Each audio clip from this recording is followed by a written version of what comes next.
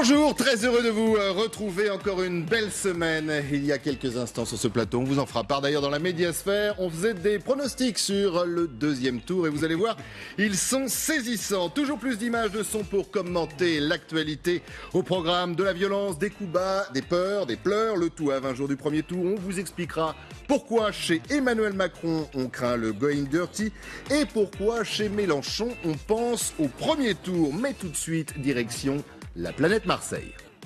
J'ai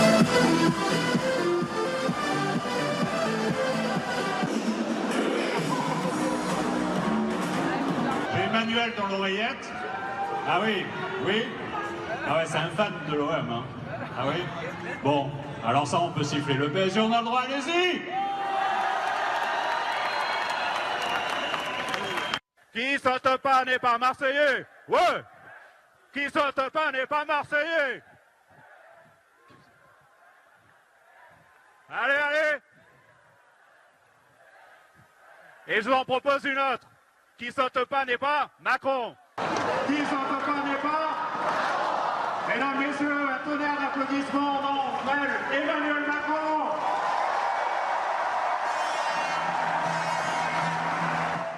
Eh oui, c'est un métier, bien évidemment, d'animer une salle. D'ailleurs, on parlera de cette salle. Il y a une petite polémique qu'on va lancer, d'ailleurs, ce matin dans la médiasphère. 6000 personnalités dans cette salle, disait la presse. Effectivement, il y en aurait beaucoup moins. Bonjour, Caroline Chevalon. Bonjour. Très heureux de vous avoir sur ce plateau, fondatrice de Code Conseil.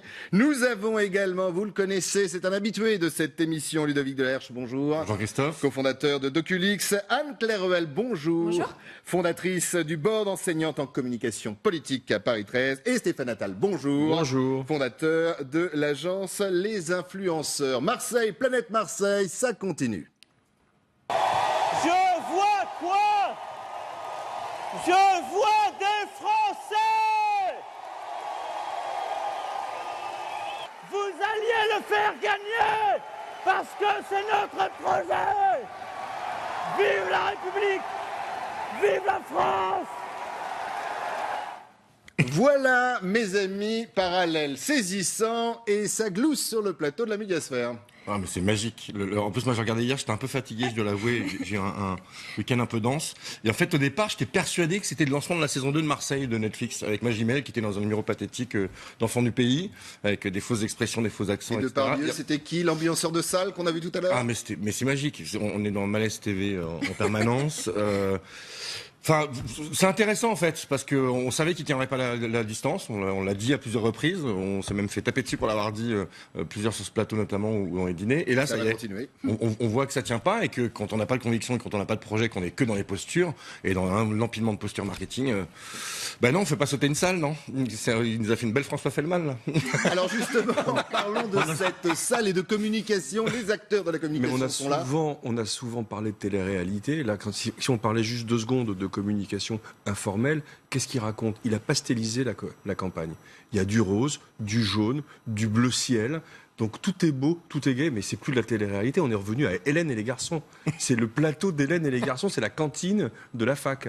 Lui, il est au milieu de tout ça comme un évangéliste, c'est ce qu'on disait tout à l'heure, en train de hurler comme un gourou, mais il est presque effrayant. Et parce que dans le montage, on avait le premier meeting emblématique d'Emmanuel Macron, et là, celui de Marseille samedi, idem. Mais sur le plan de la communication, c'est presque effroyable parce que finalement, tous les atouts qu'il avait au début de la campagne, la jeunesse, l'empathie, le désir de changement, il les a cachés derrière cette gadgetisation de la campagne qui fait qu'aujourd'hui, franchement, moi j'ai regardé tout le meeting hier soir, je l'ai regardé sur YouTube pour être précis, mais je me suis endormi. Il n'a strictement rien annoncé d'intéressant. C'est terrible pour lui. Et en même temps, il y a une logique parce qu'en fait, Emmanuel Macron a construit sa campagne sur de la pédagogie. Et en fait, la première chose que l'on regarde quand on conseille un dirigeant, c'est qu'on le laisse parler naturellement pour comprendre qui il est et faire une sorte de profil de sa personnalité, surtout de sa façon de communiquer. compliqué. Dans les grandes lignes, il y a 3 profils. Vous avez les émotionnels, type Mélenchon, Le Pen, qui parlent avec leur cœur, qui parlent avec leurs émotions. Vous avez les factuels, comme Hamon, Fillon, qui sont des hommes très structurés, qui répondent par des faits. Et vous avez une 3e catégorie, qui sont des gens qui ont besoin de tout expliquer. On appelle ça plutôt les narrateurs. Et Emmanuel Macron est un narrateur. Et là, il est en train de jouer... avoir une prestance, je vous suis, et une voix pour narrer. Voilà. Et il est en train de jouer contre nature, parce qu'il ne faut pas oublier que c'est un homme très introverti. C'est pas un communicant naturel, Emmanuel Macron. C'est un Donc, introverti. si je vous suis, c'est quelqu'un qu'on a fabriqué. Et là, aujourd'hui, il a surtout une gestuelle qui nous rappelle un autre Roquet. Il s'est mis en scène par l'apprentissage du théâtre depuis tout petit. Et petit à petit, c'est un homme qui travaille énormément, qui est très intelligent, qui apprend vite. Donc on l'a formaté pour des discours. Il est dans sa zone de confort. Il explique son programme qu'il connaît par cœur. Là, il change de ton parce que maintenant, on est à 3 semaines. Il est en tête, donc il a une très forte pression. Et il doit attaquer. Il ne sait pas attaquer, parce que quand on attaque, il faut vraiment relâcher ses émotions. Moi, je pense que... Non, mais dès qu'il a une attaque, ça sonne faux. Mais je crois qu'on est entré dans l'ère post-politique, là. Je crois que c'est un fait. C'est-à-dire qu'on a devant nous... c'est quoi l'ère post-politique? On a un télé-évangéliste, on le disait aussi ensemble. C'est-à-dire qu'on a quelqu'un qui est en fait un manager. On est dans un grand team building. Il y a des équipes rouges, vertes, bleues. Sortons les post-it. Allez, levez-vous tous ensemble. C'est le candidat. Et on s'applaudit. Et on s'applaudit. On n'a pas de slogan. On a Emmanuel Macron président. Point barre. Il n'y a pas le programme. Certes, il est développé, sauf que c'est un peu pour séduire un peu tout le monde. C'est-à-dire que c'est vraiment du marketing politique. Chacun va retrouver très bas étage, pardon. De très bas étage. Chacun va retrouver ce qui compte. Est-ce que vous pensez ça? Est-ce qu'on a atteint ce week-end les limites et du personnage et de la communication en politique? Moi, je pense parce que quand on regarde sa gestuelle, uniquement sans écouter, faites l'exercice, il imite Nicolas Sarkozy. Il bouge les épaules, il bouge la tête comme ça. Il a la gestuelle de Sarkozy. On a l'impression qu'il a Et vous pensez que ça a été programme de étudié Hollande, la gestuelle de Sarkozy. En gros, c'est une sorte de synthèse. Emmanuel Macron, c'est un produit, je suis tout à fait d'accord avec ce qui a été dit, c'est un produit qui a été fabriqué. Il est probablement le jouet ou la marionnette de quelqu'un qui aurait aimé pouvoir se présenter, mais qui malheureusement n'en a pas pu. N'a pas On va y revenir. C'est donc le nom que vous avez prononcé, mon cher Christophe. Et finalement, il prend un petit peu de chacun. Mais au fond, ça donne quoi? Ça donne rien. C'est pas un produit. On parlait de marketing. C'est un trou noir. On a une marketing. Alors évidemment, on va en avoir des problèmes à la médiation. Toutes les composantes politiques, on est mort. C'est-à-dire que c'est ça, c'est une espèce de force, mais il n'y a rien, c'est un candidat de synthèse, voire un artefact pur et dur, quoi. Un artefact. Non, mais c'est le triangle des Bermudes, je suis d'accord. C'est ça, c'est le triangle des Bermudes. Et il retire de toute matière les choses. Après, et j'en souris d'habitude, je suis plutôt en colère parce que enfin. Oui, c'est vrai. Là, vous avez l'air pas résigné, mais parce qu'on va pas se raconter de bêtises. Ce type est dangereux. Il est dangereux, son programme est dangereux. Et quand il attaque le Front National, c'est la seule chose sur laquelle il a raison de dire que c'est le candidat qui est le plus frontal avec le Front National. Parce que c'est le candidat le plus populiste, avec le programme qui se rapproche le plus. Sa mesure économique phare a été vendue par Jean-Marie Le Pen 2 fois de suite et par sa fille ensuite. Mais donc, il est dangereux pour le Front National parce qu'il il est dangereux pour nous, pour les Français. Oui, mais il est dangereux pour le Front National et c'est pour ça que Marine Le Pen le combat comme ça. Et c'est pour ça que dans une hypothèse de second tour, Macron-Le Pen, il est donné vainqueur. C'est parce que finalement, il est beaucoup plus politiquement correct et tout le monde va voter pour lui si jamais on se retrouve dans cette hypothèse. Son front républicain, c'est surtout aussi parce qu'il a aussi pas grand-chose à vendre derrière et que c'est. Alors, si vous êtes d'accord, mes amis, nous allons continuer parce que c'est un peu notre but dans cette émission en images. Toujours Marseille, décidément, il s'est passé beaucoup de choses ce week-end à Marseille. Toujours Emmanuel Macron, mais autre contexte. Regardez. Aujourd'hui, et comme on dit ici, on craint des gains. Les Français, ils sont bons. Je dis pas bonjour. Oui, mais j'ai jamais dit un truc comme ça. Ne me touchez pas. Vous êtes trompé. Ne me touchez pas. Ne me touchez pas. Ne me touchez pas. Lève ta main, mon frère. Ne me touche pas. Vous dites que les Français, c'était bon à rien et vous venez là. Non, vous avez dit que les Français, c'était bon à rien. On est d'accord ou pas? Je n'ai jamais dit ça. Vous ne passerez pas. On n'a jamais voté, on votera pour que vous ne passerez pas. On est bon à rien et ne venez pas nous voir à Marseille. Je ne viens pas en Marseille parce que c'est pas seulement vous, Marseille. Ne venez pas nous voir.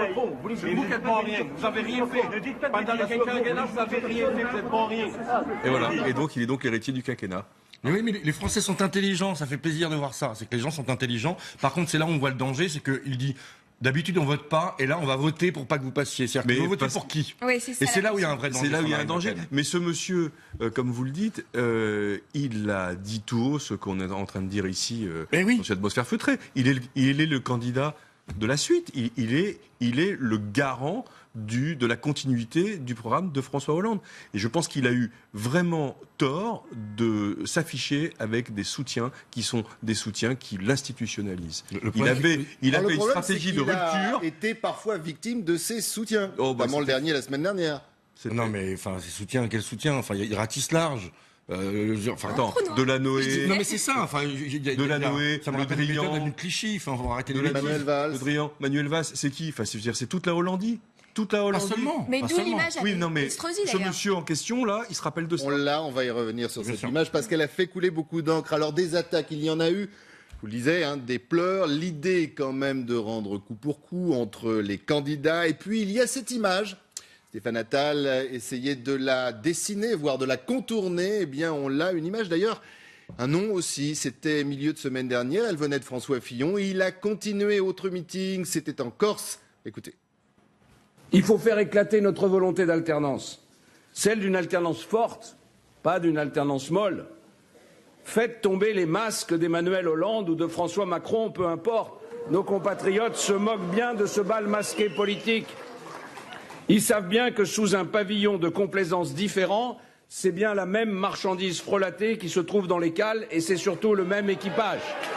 Alors, réaction bien évidemment dans quelques instants sur ce que vous venez d'entendre, mais puisqu'on est dans le Emmanuel Hollande ou dans le François Macron, regardez.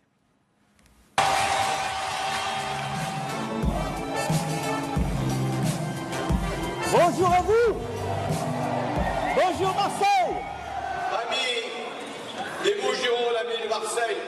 Ville de mon cœur, je vois les Arméniens. Je pense aussi aux Italiens. Les Italiens. Aux Comoriens. Les Comoriens. Les Algériens. Algériens, Sénégalais. Je vois les Maliens. Les Sénégalais. Les Maghrébins recrutés dans les villages. Les Marocains. Les Tunisiens. Et je n'oublie pas tous les autres. J'en vois des tas d'autres que je n'ai pas cités. Mais je vois quoi? Voilà Marseille. Je vois quoi? Je vois des Français. J'aime Marseille parce que j'aime la France. Voilà, une séquence réalisée sans trucage. Il ne s'agit simplement que de montage. Commentaire pendant justement, autant tout vous dire, c'est la franchise dans la médiasphère de Ludovic Delerche. Il ne voit quoi? Il ne voit plus rien. Voilà. Non, mais sur la réaction des comédiens. Mais sur la réaction de Fillon, Non, mais c'est quand comme quoi même... une stratégie de communication a ses limites. Elle a ses limites, sa stratégie de communication, et tout commence à s'effriter. Moi, j'ai lu quelque chose qui m'a interpellé ce week-end, c'est qu'il paraît qu'il est coaché par Mimi Marchand. Je ne sais pas qui était Mimi Marchand. C'est quand même une femme... Expliquez aux téléspectateurs qui est Mimi Marchand. Alors, Mimi Marchand, c'est une femme qui quand même donne toutes les images pour les paparazzi, de paparazzi dans la presse People. Et il semblerait, ça a été relaté par Vanity Fair, que Brigitte Macron était à un dîner avec Xavier Niel. Elle s'inquiète sur l'affaire de l'homosexualité de son mari. Xavier Niel lui dit, mais il faut absolument que tu sois coaché par cette femme. L'équipe de Macron tremble. Et en fait, c'est une femme qui a conseillé à Brigitte Macron de poster, de faire la couve de Paris Match en maillot de bain. C'est aussi elle qui a conseillé à Macron de mettre des banderoles, des couleurs un petit peu sur scène. Elle lui a dit quitte ton pupitre, il l'a pas fait. Elle est au premier rang de tous ses meetings. Mais et elle danse comme on l'a vu à Marseille. Et elle danse. Ça veut dire qu'Emmanuel Macron est coaché quand même par quelqu'un une folle et quelqu'un qui lui fait travailler sa voix. C'est quelqu'un, on lui a appris à parler marseillais en 48 heures et on voit bien les limites de sa communication.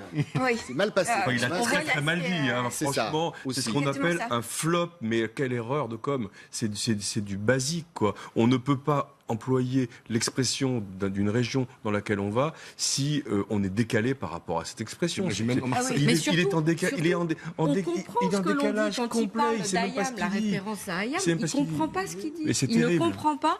Oui, alors il y a cette référence le message qu'il veut à Ayam.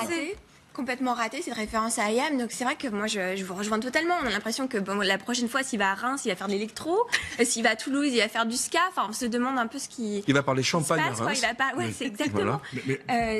Il n'a pas parlé football, par contre, il a eu tort. Oui. Non, mais il y a l'histoire de Ryan, l'écharpe c'est plus quand même du PSG, jetée à la foule en disant, il l'avait déjà fait d'ailleurs Emmanuel Macron, que son équipe de cœur était l'OM. Mais ça c'est nul. Il aurait pu parler football bien autrement.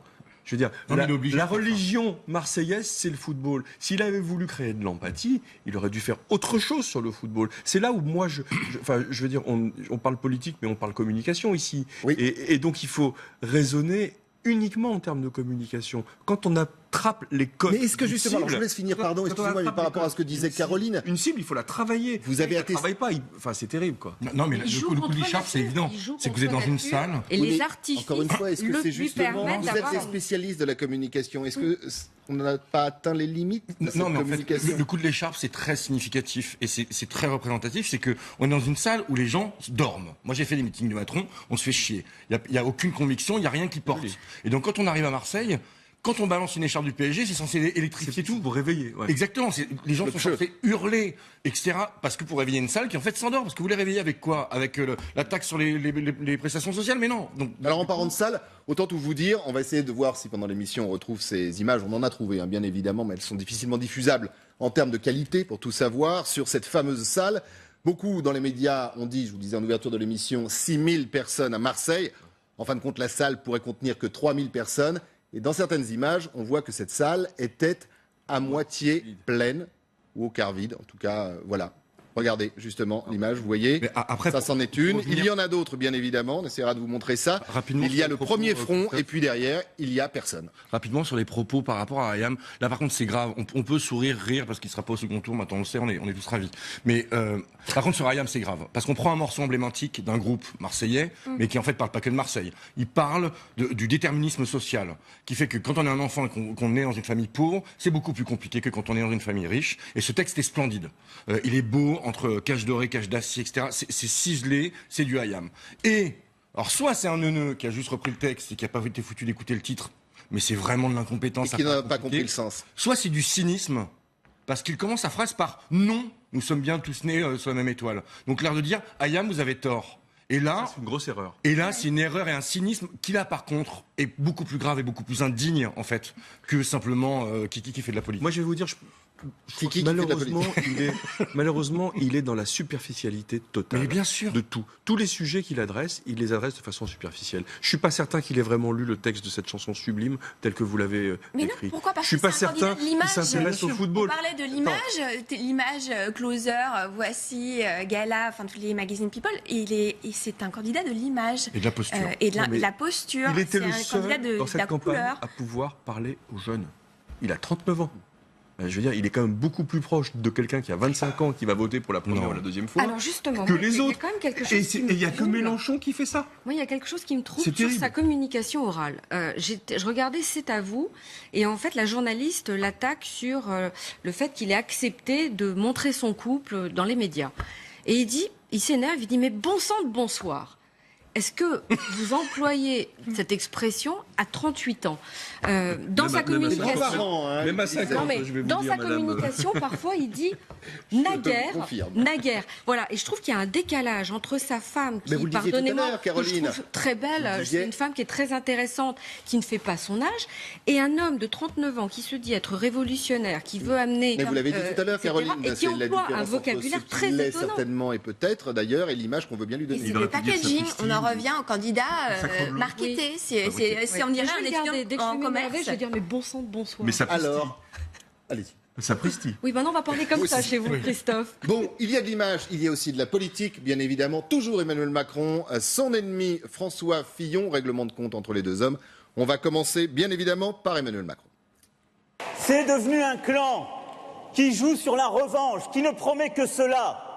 Il va venger. C'est un clan aux pratiques inacceptables, qui ne propose plus rien, qui hier encore a fait siffler un représentant de la famille gaulliste. Alors, il joue. Il n'est pas habité. Il n'est pas habité, c'est-à-dire qu'on sent que ce sont des phrases préparées et qu'il ne se les est pas appropriées. Et c'est ça qui dérange, je trouve, à l'image. Il interprète un rôle qui lui a probablement été écrit par d'autres, dont on peut supposer qu'ils sont François Hollande, son épouse et je ne sais qui encore.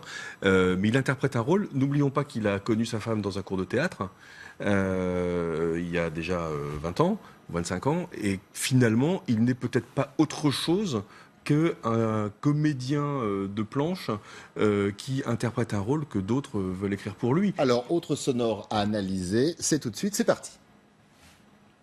Je veux que nous soyons le vote du cœur, le vote de l'enthousiasme, le vote de l'espérance, et que nous chassions, loin de cette campagne, loin du pays, le parti de la haine, celui du mépris, celui du repli, et toutes celles et ceux qui nous font tellement honte. Aujourd'hui, et comme on dit ici, on craint des gains.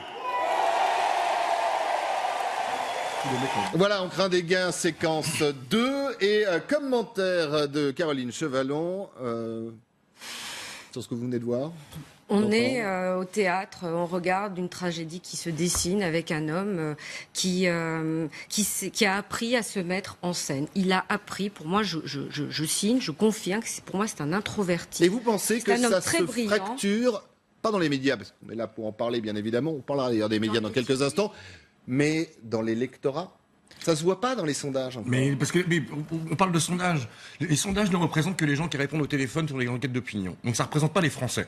Ça représente les gens qui acceptent de prendre leur téléphone après un débat pour répondre à une enquête d'opinion par téléphone. C'est censé représenter les Français. Parce que et ça représente personne. Moi, je les ai vécus dans la pub pendant 15 ans. C'est une arnaque, les sondages. C'est une arnaque. Ça ne représente personne. Ils se plantent systématiquement depuis 10 ans. Et on continue. Par contre, sur la tendance, ils perdent des points. Tout le monde perd des points. Et après, ça commence à se fracturer. Mais quand on voit Fillon qui l'attaque, bon, c'est quand même le camembert qui dit Reblochon tu pues, parce que le type se gaffe d'argent public depuis des années, nourrit sa famille, sa femme, ses enfants, tape dans la caisse. Oui. Mais il tape sur Macron en disant on va faire tomber les masques et c'est la continuité. Mais alors, bon, lui qui le fasse tomber aussi le masque. Mais après, c'est choquant en fait. C'est choquant et toute la clé, c'est l'abstention. Et on continue à nourrir l'abstention si on ne parle pas de conviction. Et donc Macron nourrit l'abstention, Fillon nourrit l'abstention parce que c'est du foutage de gueule. Alors les sondages ne sont peut-être pas des horoscopes comme peut le dire Mélenchon, mais en tout cas ils donnent des dynamiques. C'est le seul truc intéressant. C'est des tendances. C'est voir si on gagne plus 3 points, moins 3 points, etc.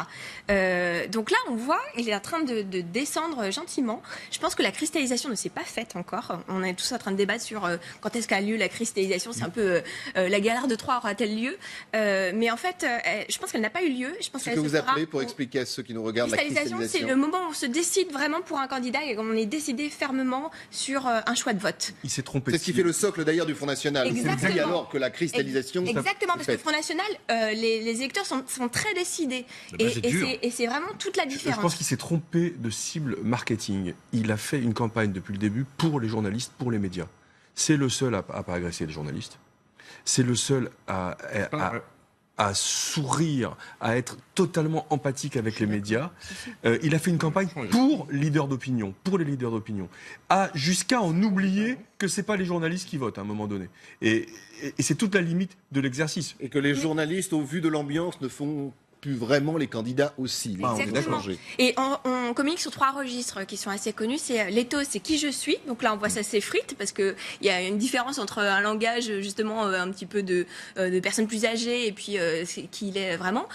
Sur le logos, donc le fond, la raison, donc quel programme on propose. Là aussi, on voit que ça s'effrite parce que finalement, le marketing politique, il est ce qu'il est. On répond aux besoins de tout le monde et c'est du micro-ciblage mais hyper large. Et puis, enfin, sur le pathos, il a fait tout sur le pathos. C'est tout sur l'empathie, tout sur l'image.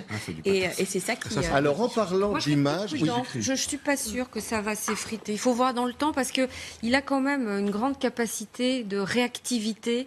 Dès qu'il sent qu'un danger arrive, il réagit extrêmement vite et il désamorce régulièrement. Alors, on verra effectivement demain pour ce débat. On en parlera bien évidemment dans la médiasphère en termes d'image et peut-être justement dans cette expression de savoir s'adapter, voire de semer la zizanie. Il y a une autre séquence.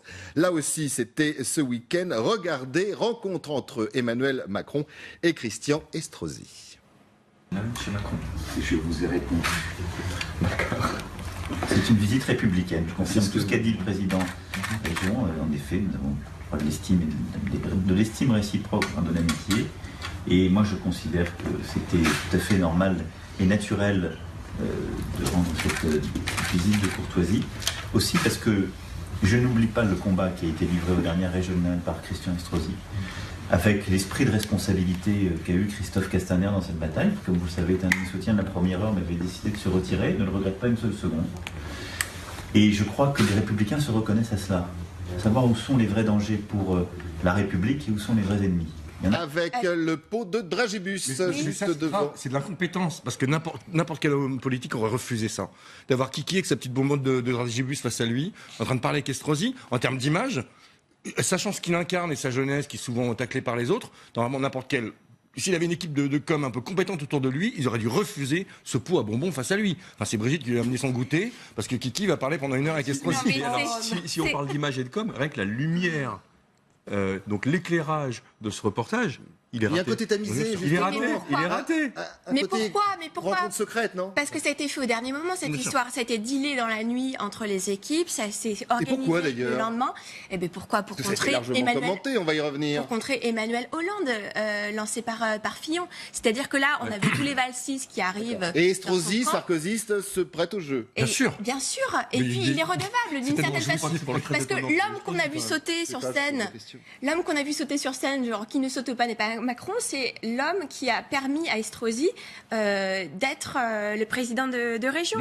C'est-à-dire qu'il est redevable, Estrosi, d'une certaine façon, et il joue aussi le fait qu'il a été hué la veille dans un meeting pour défendre François Fillon, et qu'il a toujours appelé à voter Juppé. Il a demandé à Fillon de se désister plusieurs fois. Il cherche un job. Non, mais sur 48 heures, il a vu ces deux. Mais ça vient pas d'Estrosi, hein. C'est En Marche qui a contacté Estrosi. Oui, mais il a accepté. Enfin, il a accepté. Sauf que lui a accepté en disant OK, mais je veux de la télé. Et il veut une image, ce qui n'était pas prévu par En Marche au départ. Et c'est pour ça que c'est pour le savoir, elle peut être désastreuse. Non, mais c'est pour ça que c'est monté. Ça lui sert à quoi à Estrosi d'avoir une image? Il est candidat à rien, sauf évidemment à avoir un job chez Macron, chez Fillon. Mais comme tous les opportunistes. Il y a l'ouverture, justement, notamment au centre et à droite, prônée par Emmanuel Macron. Oui, et c'est très risqué pour Macron parce que justement, Estrosi est quand même quelqu'un qui est très clivant pour la gauche. C'est contre Christiane Taubira, contre le mariage pour tous. Enfin, c'est des choses un petit peu fortes et iconiques. Il s'est attaqué à ça, quoi. Mais il en a besoin en PACA pour les législatives. Je vous laisse continuer si vous êtes d'accord sur le sujet. On va juste écouter ça. Estrosi, c'est un signe.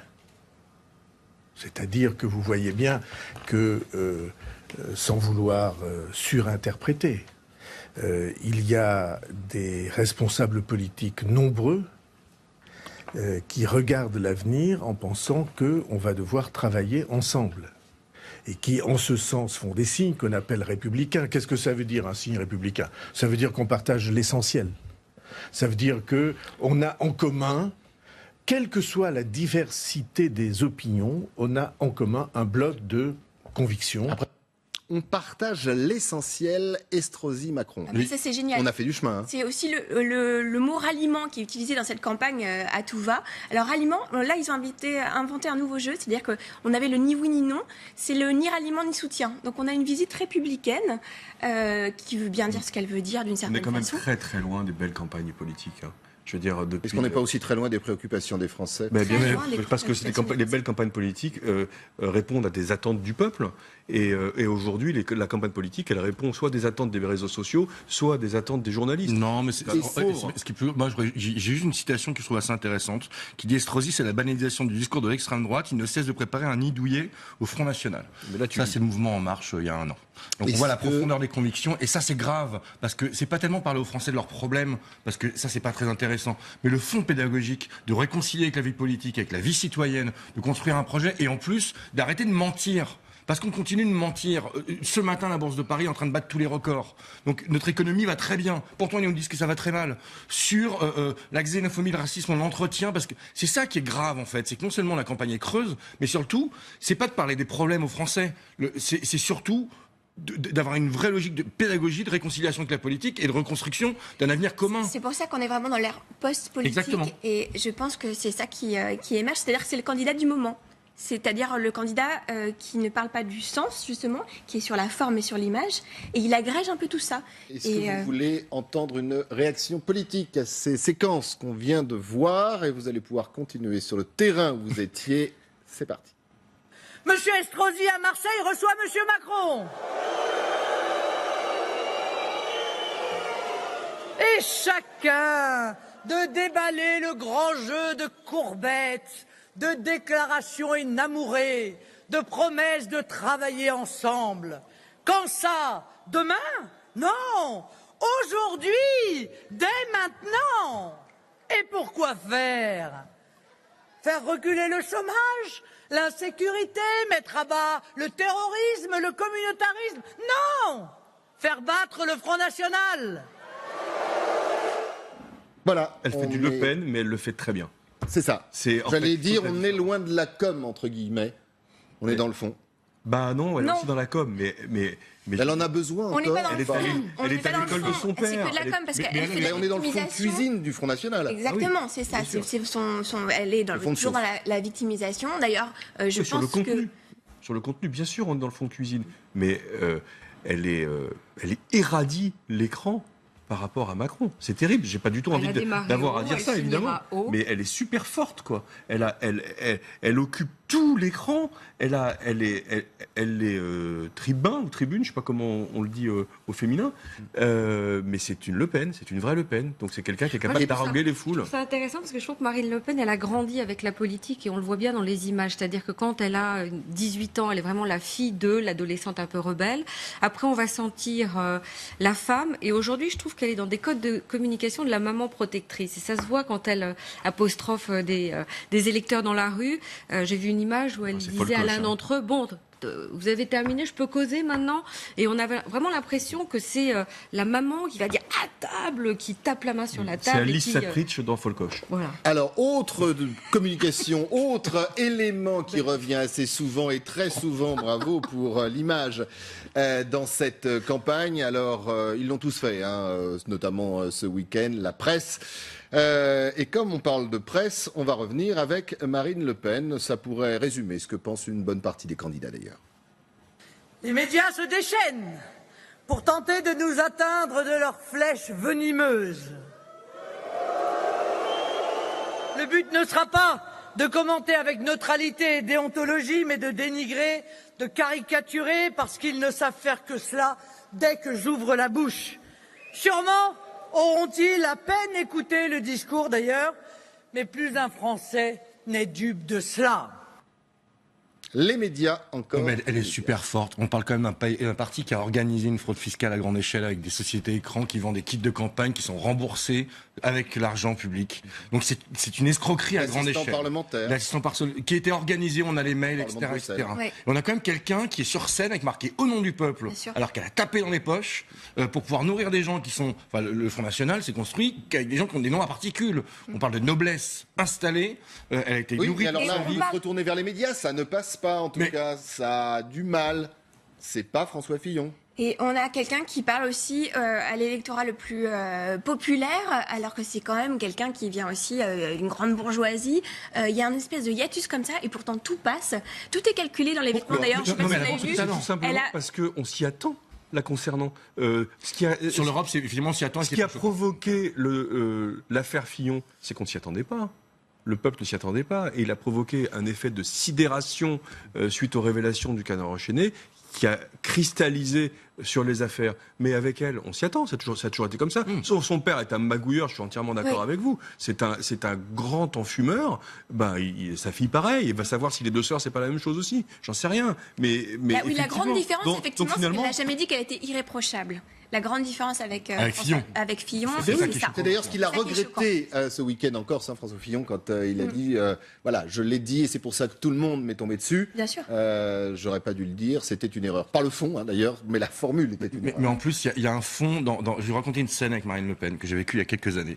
Il y a un fond chez elle qui est assez intéressant. Je me suis occupé d'une école de rugby pendant très longtemps et son fils jouait à Suresnes. Et donc, j'étais moi avec le Racing et toute l'école de rugby du Racing. Et elle vient chercher son enfant. Et elle sait que c'est le Front National. Elle a l'habitude de l'hostilité des gens, etc. Et on voit qu'elle balaye et rapidement. Moi, je me suis battu toute ma vie contre Front National, donc ça devait se voir. La seule personne qu'elle a targetée, c'est moi, et pendant 2 heures, elle ne m'a pas lâché. Et elle est redoutable, parce qu'elle est habile, elle est intelligente, c'est une femme cultivée, donc tout est bien travaillé, et elle aime cet affrontement d'aller tout le temps au plus difficile. C'est la grande différence, qu'il y a 2 grands populistes aujourd'hui, qui sont elle et donc Macron. La grande différence, J'allais vous poser la question, vous voyez. J'en prends un petit peu quand même. Parlons pas de Mélenchon il y a 5 ans. On va en parler pourtant dans 2 minutes. Mélenchon, aujourd'hui, c'est très différent en fait. Et sur le fond de son programme, il a un fond populiste depuis très longtemps. Si on regarde son programme-là, il n'y a rien de populiste dans son programme en réalité. Vous parlez de Mélenchon. Et vous savez quoi ? On va en parler tout de suite. Quelle transition! Ah, c'est bien, c'est préparé. Oh là là là là là là là. Mélenchon, on l'a titré comme le 3e homme. Lui pense peut-être le 2e, et certains, pourquoi pas, sur ce plateau, pensent même 1er homme. En tout cas, on l'écoute parce que Mélenchon a un poids, Mélenchon a un appui, les astres. Il est vrai que depuis plusieurs jours, les horoscopes nous sont favorables. Eh bien, si ça sert à donner du cœur à l'ouvrage, tant mieux. Et il ne faut pas renoncer à l'enthousiasme qui nous saisit à l'idée d'une victoire qui hier semblait impossible et aujourd'hui semble se rapprocher de nous. Alors on va parler fond, on va parler forme, et Stéphane Attal en parlait en regardant les images, en disant les images, le public, les jeunes. Les jeunes, la densité, la compacité de la foule, il parle à des fans. Le dernier qui a été élu par des fans, il s'appelle Trump. Hein. Ouais, mais ça n'a rien à voir. Ça n'a rien à voir quand même. Hein. Ça n'a rien à voir quand même. Là, ce qui est intéressant à la scénographie, c'est que c'est vraiment du stand-up, quoi. C'est-à-dire Je que tu vois fais quand un même show. ce que veut dire Stéphane Attal, c'est-à-dire que merci Christophe. Ne fait pas un parallèle entre Trump et Mélenchon, mais qui est pas sur pour les mêmes raisons. ce mouvement de fond. Oui, mais et autant tout dire à celles et ceux qui nous regardent, même dans les médias. Mais bien sûr. Mélenchon est en train de séduire. Mélenchon est en train d'avoir un traitement particulier, des commentaires particuliers. Il fait 3 pages dans le JDD ce ça dimanche. depuis des années. Mélenchon a commencé à aussi pacifier un peu sa communication. Il utilise la communication non violente, donc il se fait plus rond. C'est une bonne question, je vous pose la question. Il se fait plus rond là dans les médias. Est-ce qu'il a une communication, mais bien vous sûr, dites qu'elle a changé, de gagnant? En fait, ou d'homme du 2e tour. En fait, je pense que c'est pas qu'il a une.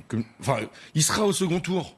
Vous avez des sondages qui sont faits en face à face, qu'il annonce comme pour les Français, c'est la personnalité. Il sera au 2e tour. 9h44. En fait, la grande différence dans la communication, c'est que Mélenchon s'est aperçu que son personnage nuisait à son propos. Oui. C'est-à-dire que l'homme énervé, grognon, etc., nuisait au fond, parce qu'en fait, le fond de son programme n'a pas changé. Quand on regarde et qu'on remonte en arrière, il maltraite les médias. La même chose. Il maltraite les médias, et donc il a accepté lui de se mettre en. Et ça peut faire plaisir à son électorat. Et du coup, il rentre dans une posture d'homme d'État, parce que quand il gomme l'individu pour dire mon projet est plus important que moi, donc vaut mieux que je la ramène un peu moins, même si par moment ça ressort, mais il fait un travail sur lui, et là il rentre dans une stature d'homme d'État. Et sans compter le second degré. Lui travaille pour intérioriser, alors qu'Emmanuel Macron, vous nous l'avez expliqué tout à l'heure, lui travaille pour extériorise du vide. Donc hier, il a eu une séquence sur la santé publique. En termes de communication, ils sont totalement opposés. Mais il y a une chose chez Jean-Luc Mélenchon qui est incroyable, c'est que je pense que c'est le seul à vraiment prendre du plaisir. On sent qu'en meeting, il prend du plaisir. Il est en communion avec son public. Parce que c'est pas évident hein, d'un seul coup. Mais contrairement aux autres, il fait une campagne tranquille. Mais complètement. Depuis un an, et il a pas égal à changé. lui-même. Il n'y a pas d'affaire, il n'y a pas d'ennemi, personne ne le trahit. On va parler de trahison dans quelques instants. Parce qu'il a un socle de conviction qui est très ferme, c'est-à-dire qu'il est vraiment très solide sur ça. Il a juste eu l'image à travailler au fur et à mesure, et ça fait même plus d'un an. Il n'y a pas d'affaire. Qu'il fait ça, il n'y a pas d'affaire, donc lui, il continue son petit bonhomme de chemin. Pas encore. Et il n'a pas peur déjà. Elle serait déjà sortie. Oui, c'est ça. Non, surtout, il a une vision, une conviction et un projet à défendre. Donc ça change tout. Ça change tout, notamment dans les meetings, mais sur l'ensemble de ses apparitions, il a un socle et quelque chose à défendre. Il a même un look, regardez la photo, il a même un look. J'imagine que s'il était au second tour ou s'il est élu président, il va y avoir une mode Mélenchon. Il est pas habillé comme les autres. Il a pris des habits de vieux trotskistes. Faut dire ce qu'il est. François Fillon fut un temps avait essayé cette petite veste. Ouais. Pas le même prix, mais il a essayé. Elle n'est pas le même prix, en effet. D'ailleurs, il l'a rendu. Le seul danger que je vois dans sa communication, c'est qu'à un moment donné, la forme prenne le dessus sur son programme et sur les idées qu'il faut en ressortir. Parce que finalement, on pourrait presque tous aller voir un meeting de Mélenchon pour le spectacle, parce que c'est un excellent orateur, parce qu'on attend sa petite phrase, on attend la façon dont il va être un peu... Et il y en a à chaque meeting. Et regardez aujourd'hui, on parle plus de l'horoscope que de ses idées. Ce dont parlait Stéphane Attal tout à l'heure, et cette image avec Trump, il y a toujours la bonne phrase, on attaque toujours les médias, il y a toujours quand même, quelque part dans ces messages, des codes qui sont respectés, et ça fonctionne. Ça semble le Washington Post, la veille de l'élection américaine, donnait Clinton élu à 80%. Mais bien sûr. La veille. Donc c'est quand même terrible. J'en parlais avec un camarade hier à dîner qui était aux États-Unis à ce moment-là, et qui me disait, notamment sur la Floride, mais c'est juste incroyable que les médias comme le Washington Post ou d'autres annonçaient Trump gagnant, et notamment en Floride, Clinton, pardon, et notamment en Floride. On disait quand on prenait la route, les Américains ils l'affichent sur leur maison pour qu'ils vont voter et sur leur pare-choc. Sur la route, il y avait que du Trump. Donc c'est une espèce d'aveuglement. Et on est exactement dans le même cas. Merci beaucoup Ludovic. Décidément, nous avons vraiment préparé les transitions. Quel numéro de Parce que quand on prend la route, on peut prendre la route avec une caravane. Et justement, oui, elle est très dure celle-là, ce matin, 8h30, je vois que ça réagit pas tellement sur le plateau, 8h30, il y a un autre, regardez, candidat qui lance la caravane du revenu universel, le cœur qui bat la France, bien sûr, le pauvre Hamon, une campagne difficile, lâchée, trahie, il essaye, il espère, la conviction, regardez sur ces images, elle n'est pas vraiment là, Ludovic de la Herche disait la vache. Je vous laisse le commentaire. Non mais c'est triste parce qu'il a fait une belle campagne. Enfin, il fait un bon programme, une belle campagne. Sauf qu'il est aidé par personne. Il est trahi par tout le monde. C'est le seul qui parle d'amour. On en a déjà parlé. Son discours d'investiture, le soir où il est élu aux primaires, enfin il est désigné aux primaires, est magnifique. C'est l'un des plus beaux discours qu'on a entendu depuis très longtemps. Alors prendre des caravanes quand même pour expliquer son revenu universel sur lequel il est revenu, c'est un peu compliqué. Mais il faut qu'il aille jusqu'au bout, qu'il fasse griller des hérissons dans un caddie. Mais c'est la caravane, c'est un principe c'était le principe de Montebourg qui avait fait une caravane comme ça qui circulait un petit peu partout. D'ailleurs, l'idée. Ouais. Mais c'est vrai que l'image est assez désastreuse et en plus là les médias accentuent ça, c'est-à-dire qu'on va voir les gens justement qui sont passifs derrière, l'absence d'animation. C'est des images qu'on a tournées. Oui, mais il y a des images qui sont ressorties aussi dans le back-office des meetings, on le voit un petit peu tout seul et effectivement il fait une campagne tout seul. C'est le seul à faire vraiment campagne en plus, véritablement. Et voilà. Mais on le disait en antenne, c'est le seul aussi. Enfin, c'est l'un de ceux qui fait une belle campagne, une vraie campagne. S'il n'y avait pas autant de trahison, si certains n'avaient pas décidé de régler le sort du PS au-delà d'Hamon. Mais il a été le premier à trahir quand il était dans les frondeurs. Il faut savoir qu'il paye aujourd'hui ce qu'il a lancé il y a 2 ans et demi à peu près. C'est possible que ce soit ça, tout simplement. Il fait effectivement une belle campagne. En tant que candidat, je trouve que c'est un bon candidat. Beaucoup de monde à son notamment. Il a de vrais sujets, il a de vraies propositions. On peut être d'accord ou pas d'accord, mais en tout cas, sur le plan du marketing, sur le plan du contenu et sur le plan de la façon dont il l'exprime, c'est-à-dire la communication, c'est un bon client.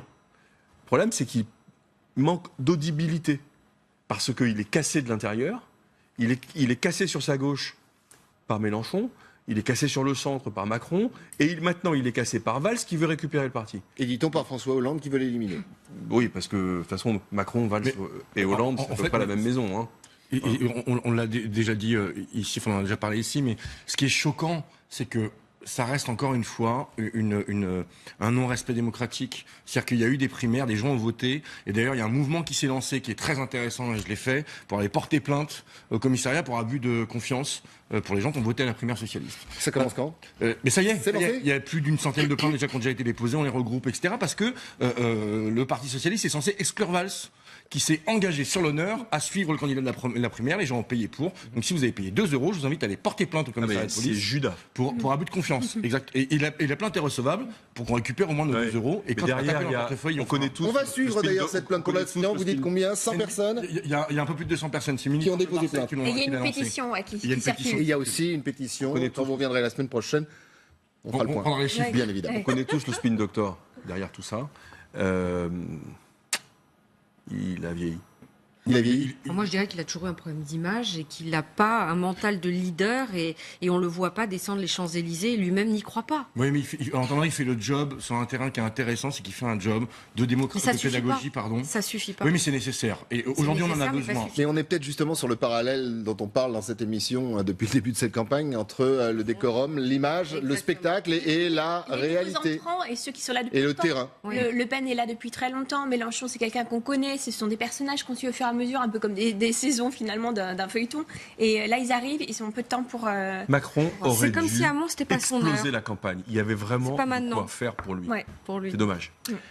Eh bien, nous allons nous quitter sur ces paroles. C'est dommage. Ce qui n'est pas dommage, c'est qu'on se retrouve demain, même heure, même endroit. Ce qui n'est pas dommage, c'est merci à vous de nous suivre. Merci à vous d'être sur ce plateau. Allez, petit coup de pouce à la campagne de Benoît Hamon. On se quitte sur ces images et en chanson.